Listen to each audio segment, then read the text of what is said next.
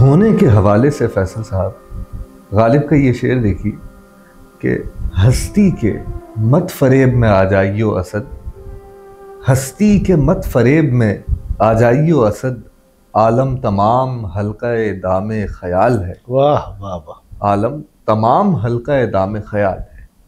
हस्ती यानी कि होने के, एग्जिस्टेंस के फरेब में, धोखे में मत आ जाना, यानी होने से धोखा मत खाइयो कि आलम, ये पूरी कायनात, ये पूरा आलम हल्का-ए दामे ख्याल है।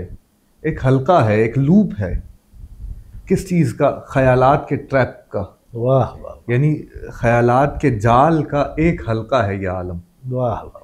और ख्यालात भी मैं समझता हूँ इस माना में कि तख़य्युल के माना में, इमेजिनेशन के माना में, और अनसर्टेन होने के माना में, कि कोई कंक्रीट चीज़ नहीं है बल्कि ख्याल के दाम का एक हल्का है पूरा आलम। अब इसको समझने की अगर कोशिश करें तो पहले तो आपको ऐसा लगता है कि बिल्कुल झुटला रहा है गालिब, के एग्जिस्टेंस कुछ नहीं है और इससे धोखा नहीं खा रहा। वो एक और शेर भी तो है ना, हाँ खाइयो मत, हाँ खाइयो मत फरेब हस्ती, हर चंद कहें कि है नहीं है। वाह वाह। यानी कि हस्ती का धोखा मत खाइयो, होने का धोखा ना खाइयो। जितना भी कोई कहे कि है, मैं बता रहा हूं कि नहीं है।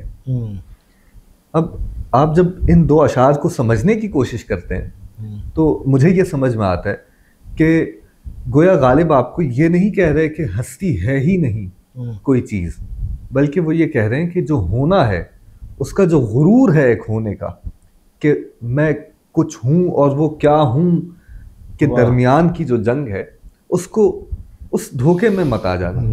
ये सिर्फ परसेप्शन का एक जाल है, हल्का दामे ख्याल है कि जो भी तुम परसीव करोगे। अब मैं इसको यूँ समझता हूँ कि जैसे हमारे सेंसेस, हमारे हवास परसीव करते हैं इस कायनात को, इस आलम को, ज़रूरी नहीं है कि वो वैसी ही हो।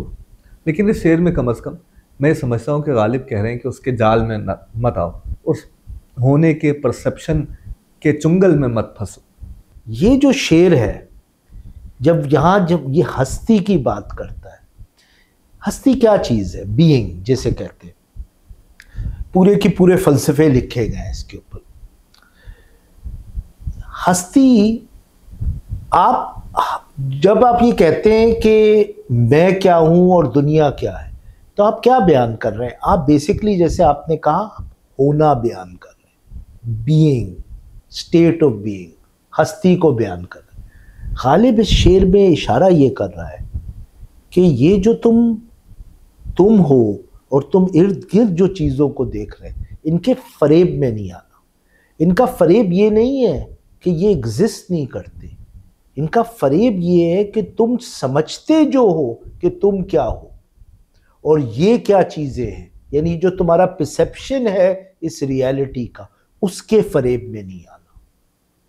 अब ये बहुत बड़ा मसला रहा है फ़लसफ़े में, ऑन्टोलॉजिकल एपिस्टेमोलॉजिकल प्रॉब्लम, कि हम तो अपने आप को और दुनिया को सिर्फ परसेप्शन से जान सकते हैं, तो हम परसेप्शन के जाल से, हल्का दामे ख्याल, ये जो जाल है परसेप्शन का, इससे किस तरह निकले, ये सवाल इस शेर में पोस्ट करता है। लेकिन गालिब इसका जवाब एक और अपने शेर में देता है, और वो कमाल का जवाब है, और वो जवाब है जो बड़े बड़े फ़लसफ़ियों ने दिया है। मेरे ख्याल में पूरी हाइडिगेरियन, मार्टिन हाइडिगर थे जब 20वीं सेंचुरी और फ़लसफ़े के one of the greatest philosophers, being in time, उन्होंने लिखी थी। जो हाइडिगर ने जवाब दिया है, गालिब हाइडिगर से 150 साल पहले वो जवाब दे चुका था कि रियलिटी है, लेकिन आप रियलिटी को थ्रू परसेप्शन पहुंच सकते हैं, थ्रू योर परसेप्शन।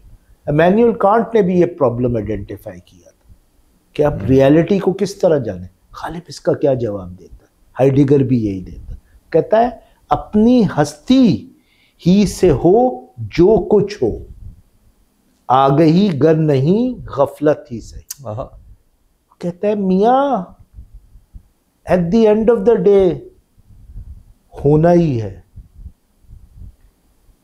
परसेप्शन ही है, तुम इससे आज़ाद नहीं हो सकते। इसी परसेप्शन में आगही भी है और गफलत भी है। यानी ये परसेप्शन तुम्हें कुछ रियलिटी बताता भी है और छुपाता भी है। तो कोशिश करो जिस हद तक परसेप्शन से निकल सको, लेकिन निकल नहीं सकते बुनियादी तौर पे। लेकिन इसका मतलब ये नहीं है कि रियलिटी नहीं है, इसका मतलब ये नहीं है कि परसेप्शन रियलिटी को किसी तरीके से बयान नहीं करती। ये इसकी बड़ी अहमियत है, क्योंकि हम रहते हैं in the world of digitalization. हमारी होना डिफाइन करता है स्क्रीन, बिल्कुल, और वो सब परसेप्शंस हैं, वो सब मैन्युफैक्चरिंग ऑफ रियलिटी है। तो गालिब इस एज में आपको बता रहा है कि ये जो टेक्नोलॉजी तुम्हें बता रही है कि सच्चाई क्या है तुम्हारे बारे में और दुनिया के बारे में, इसके जाल में नहीं फंसना। लेकिन ये भी नहीं सोचना कि इस जाल से तुम मुकम्मल तौर पे आज़ाद हो सकते हो। इस जाल में भी फंसे रहोगे और ये जाल से आज़ाद भी होगी, यानी कुछ सच्चाई भी पता चलेगी और मिस इन्फॉर्मेशन भी होगी। लेकिन मियाँ यही है, लिव विद इट और लीव इट।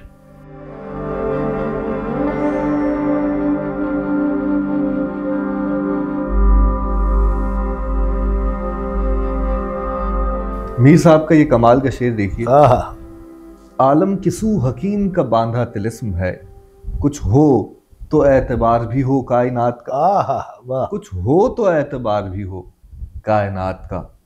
अब उन्होंने इस मसले में, इस वजूद की खुश्क बहस में एक खूबसूरत कैरेक्टर इंट्रोड्यूस किया। वाह वाह वाह, जिसको वो कह रहे हैं कि किसू हकीम का।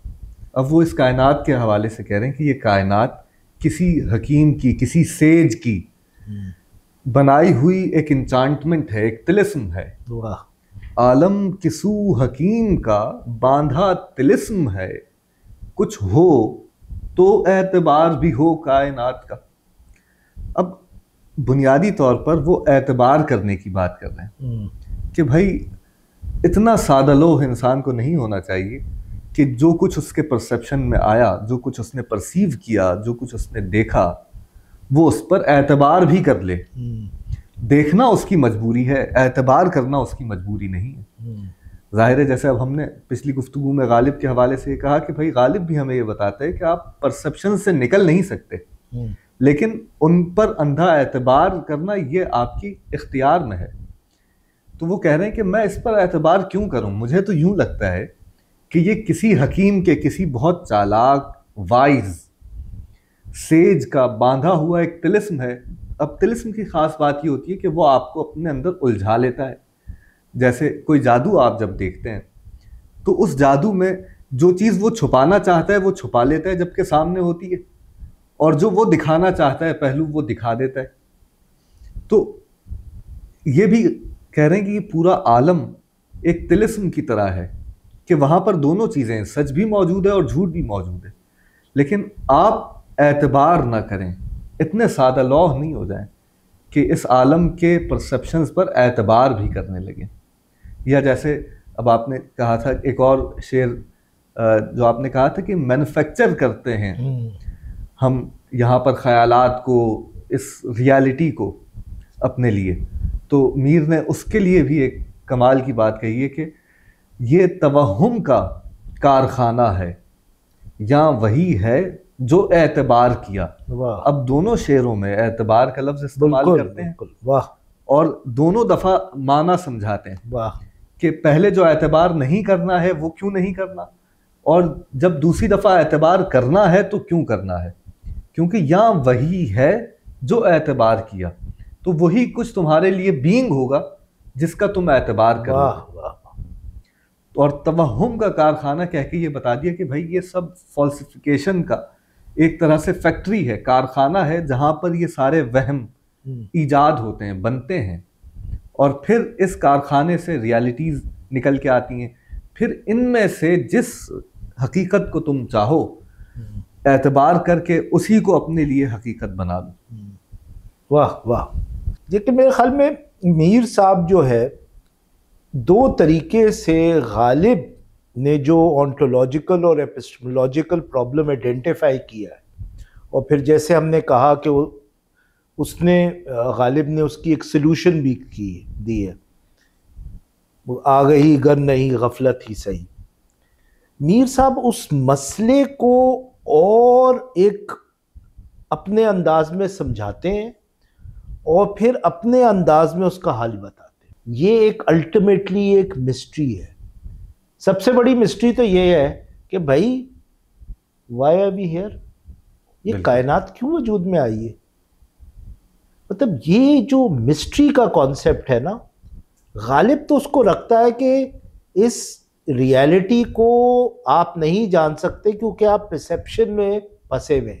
मीर उसके आगे चले गए जब उन्होंने कहा आलम किसू हकीम का बांधा तिलिस्म है, तो ये कहते हैं कि आप इसको इसलिए नहीं जान सकते क्योंकि at the end of the day ये एक मिस्ट्री है। और उस मिस्ट्री को वो बयान करते हैं जिस तरह किसी हकीम ने एक जादू किया हुआ है। यानी ये जो दुनिया वजूद में आई है और चल रही है वो किसी हकीम के जादुई उसकी वजह से। लेकिन ये जो मिसाल है इसका बुनियादी तौर पे ताल्लुक इस बात में है कि मीर कह रहे हैं कि ना सिर्फ परसेप्शन की वजह से आप रियलिटी को नहीं जान सकते, बल्कि इस वजह से भी नहीं जान सकते क्योंकि at the end of the day इंसान की एग्जिस्टेंस एक मिस्ट्री है। हर शख्स इस दुनिया में पूछता है कि मैं किस चीज़ पे एतबार करूं, मैं किस चीज़ को जान सकता हूं। अगर मैं चीज़ों को जान नहीं सकता तो मैं अपनी ज़िंदगी को मीनिंग नहीं दे सकता। क्या है जॉय, क्या है मीनिंग, वो ये पूछता है। लेकिन गालिब की तरह, जिस तरह गालिब ने अपना एक जवाब दे दिया कि मियाँ कोई बात नहीं, कुछ आगे ही है, कुछ गफलत है, ज़िंदगी तो है, आगे चलो। मीर साहब ने भी अपना जवाब दे दिया। जिस तरह आपने दूसरा शेर जो मीर साहब का पढ़ा, यहाँ वही है जो एतबार किया। मीर साहब कह रहे हैं कि रियलिटी मियाँ जानने का तरीका ये है कि इंतज़ार ना करो कि तुम्हारे पास तमाम नॉलेज आ जाए, किसी के पास तमाम नॉलेज नहीं आएगी। इंतज़ार ना करो कि तुम्हें रियलिटी पूरी तरह समझ में आ जाए, इंतज़ार ना करो कि तुम्हें जॉय पूरी तरह समझ में आ जाए, इंतज़ार ना करो कि तुम मीनिंग के बारे में कंप्लीट सर्टेन हो जाओ। तुम्हें फैसला आज करना है, तुम्हारी जिंदगी फाइनाइट है। जो चीज तुम्हें लग रही है कि ठीक है वो कर गुजरो। यहां वही है जो एतबार की। तो रियलिटी क्रिएट होती है एतबार करने से।